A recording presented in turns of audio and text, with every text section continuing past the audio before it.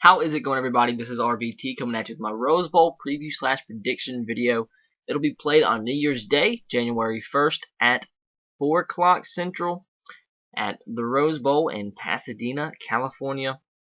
The game's going to be between two champions of their respective conferences, the Pac-12, Stanford, and the Big Ten, Michigan State, who upset the Ohio State Buckeyes in the Big Ten championship game, who prevented them from going to the national championship game. And this game is going to be fun to watch for old school type people, and for me included, anybody. I mean, this will be a fun game for anybody to watch. Two talented defenses going at it, old school pound the rock type football. And it's crazy when you look at these two teams and you analyze these two teams. It's almost ridiculous how similar they both are.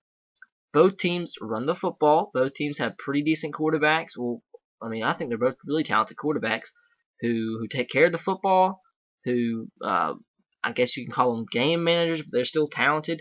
Two really good running backs on both teams, and Jeremy Langford, Ty Montgomery.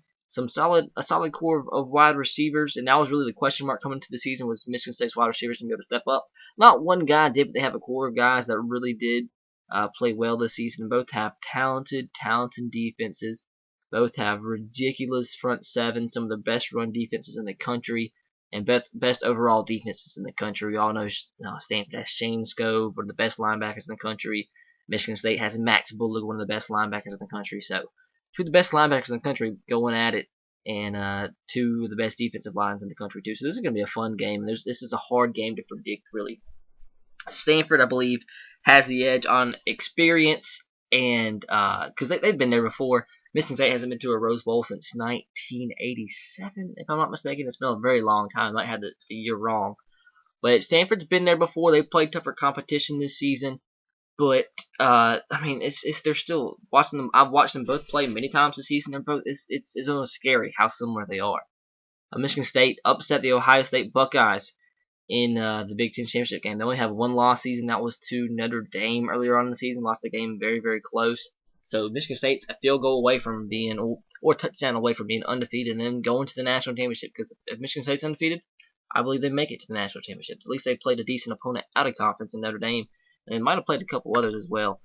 South Florida, not the best, but at least a quality out of conference opponent, and that's really about it. But they played some of the good teams in the Big Ten. I mean, Northwestern, Nebraska, Michigan, Iowa. So they have some pretty solid wins on their schedule, and they just play solid football. Fourth in the country statistically in defense, giving up 12 points a game.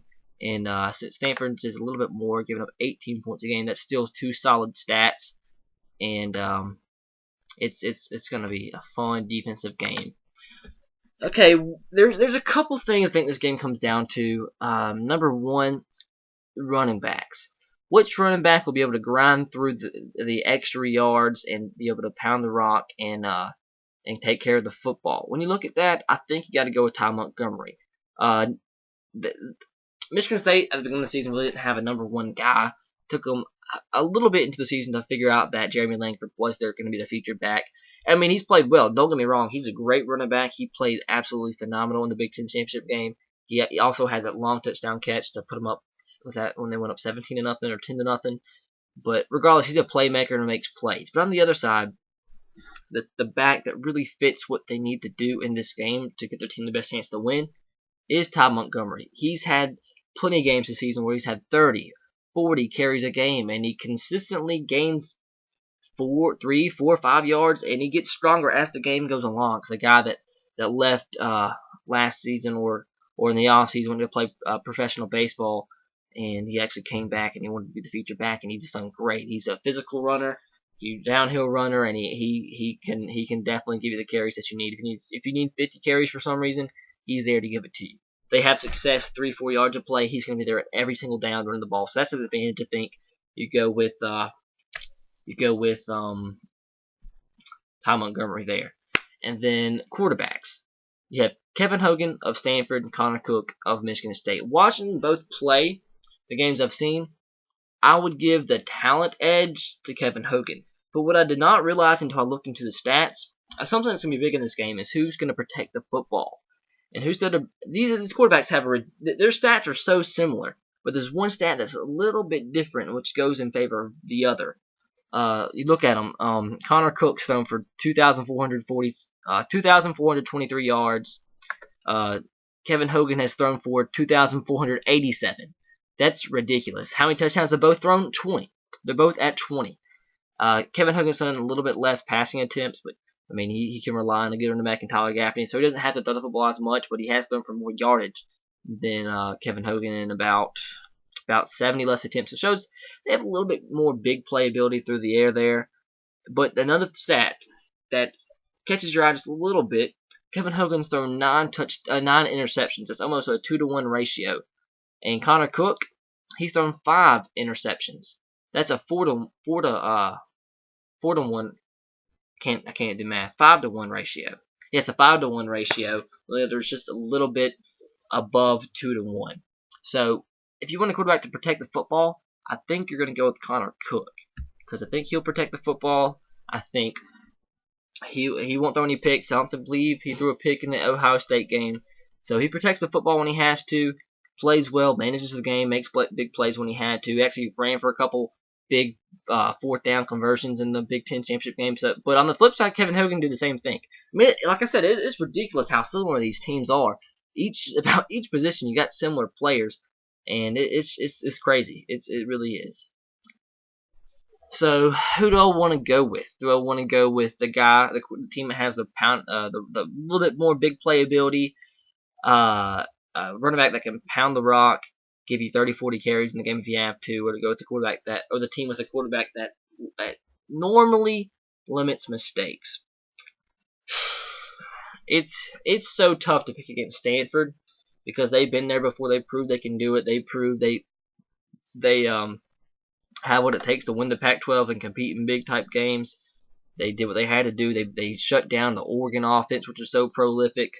And they've shut down. They shut the biggest stat that I've seen from Stanford this season. They had one of the toughest 3-game stretches in all of college football. They played UCLA, a good offense, Oregon State, which you probably don't know, the first half of the season had one of the best statistical offenses in college football, scoring about 40, 50 points a game. The quarterback was number 1 in all the statistical categories before that game. And then they played Oregon. We all know how their offense was early on, and everybody believed they were the team to beat. They limited UCLA to 10 points, limited Oregon State to 12 points, and limited Oregon to 20 points. That is one of the most impressive team stats I've seen all season long, and that's really impressive. But I think, man, so tough. I think I'm gonna have to go with Stanford. They've been there before. They have a running back that I'm really impressed with Jeremy Langford. I think he's a great running back, one of the best in the Big Ten. But I really have to go. I would rather have Ty Montgomery in a game like this. It's going to be considerably a low-scoring game. You're going to have to pound the rock, like I've mentioned before. I'm being redundant, but 30, maybe even 40 times this game. I would put more trust in Ty Montgomery than I would Jeremy Langford in that type of situation. So I have to go with that. Kevin Hogan played pretty good in big games. I think their receiver core is a little bit better overall than Michigan State's. I think Michigan State's defense maybe has a slight edge above Stanford, but I think, like I said, if Kevin Hogan can protect the football, they'll win. If he throws a couple picks, it might go in Michigan State's way. It'll be a very, very close game, but it'll come down to the very, very, very end. I think Stanford, with the experience, has proven himself a little bit more than Michigan State with a lot tougher schedule. I'll go Stanford by 3 points. But that's not to say I think Michigan State is one of the best teams in the country, maybe even a top 5 team. I think Stanford can be a top 5 team when they want to be. Not when they want to be, but they've been kind of inconsistent at times. Like, nobody expected them to lose to USC that week except Lee Corso. They lost to Utah early on, and that was a close game. So this is another Stanford team that came really close to being undefeated as did Michigan State, but I think they have an edge a little bit, and I think I go with Stanford in this one by a field goal. I'll go Stanford 24, Michigan State 21 in a very close game. But like I said, anything can happen in this one. This is going to be one of the most exciting bowl games for me to watch. A fun game. 2 great old school style teams. 2 solid quarterbacks and 2 solid running backs. Which receiving core will step up will also be another big factor in this one.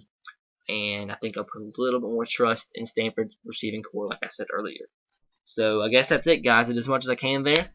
Hope you enjoyed. Please leave your prediction in the comment section below. I enjoy listening to my viewers' predictions. If you disagree with anything I said or agree with anything I said, leave that in the comment section below as well. Please subscribe to my channel if you haven't already. Leave a like on the video if you haven't already. Follow me on Twitter at twitter.com/s3rtr. And if you haven't noticed by now, if you're new to my channel, I have all of the BCS Bowl predictions and preview videos up on my channel now. This was actually the last one I made or am making, and I still gotta upload it. The Rose Bowl or the Orange Bowl prediction is uploading right now, but at the time you watch this, all my videos will be uploaded. So go watch that. There's also another video that has all of my bowl games, every single bowl game in one video predicted. So you might want to go watch that as well. That'll be in the top right of the screen. And if you go to that video, there will be annotations all over that screen with all my BCS Bowl previews. So you can kind of navigate your way to the rest of the BCS Bowl previews through all of the bowl game previews in one video. So that, I guess, is it. Like I said, subscribe to my channel if you haven't already. Leave a like for all my hard work put into these BCS Bowls. Another thing I'll be doing this next week, or probably, I might do these all tomorrow to get it over with.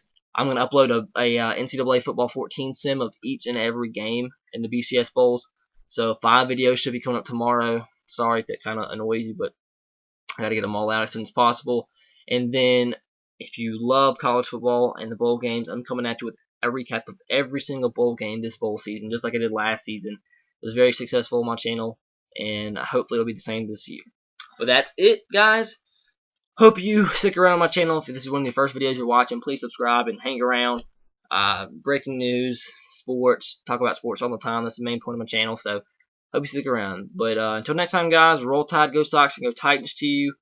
I'll see you next time you watch my video. And until then, be safe. Have a great and happy Merry Christmas. Peace.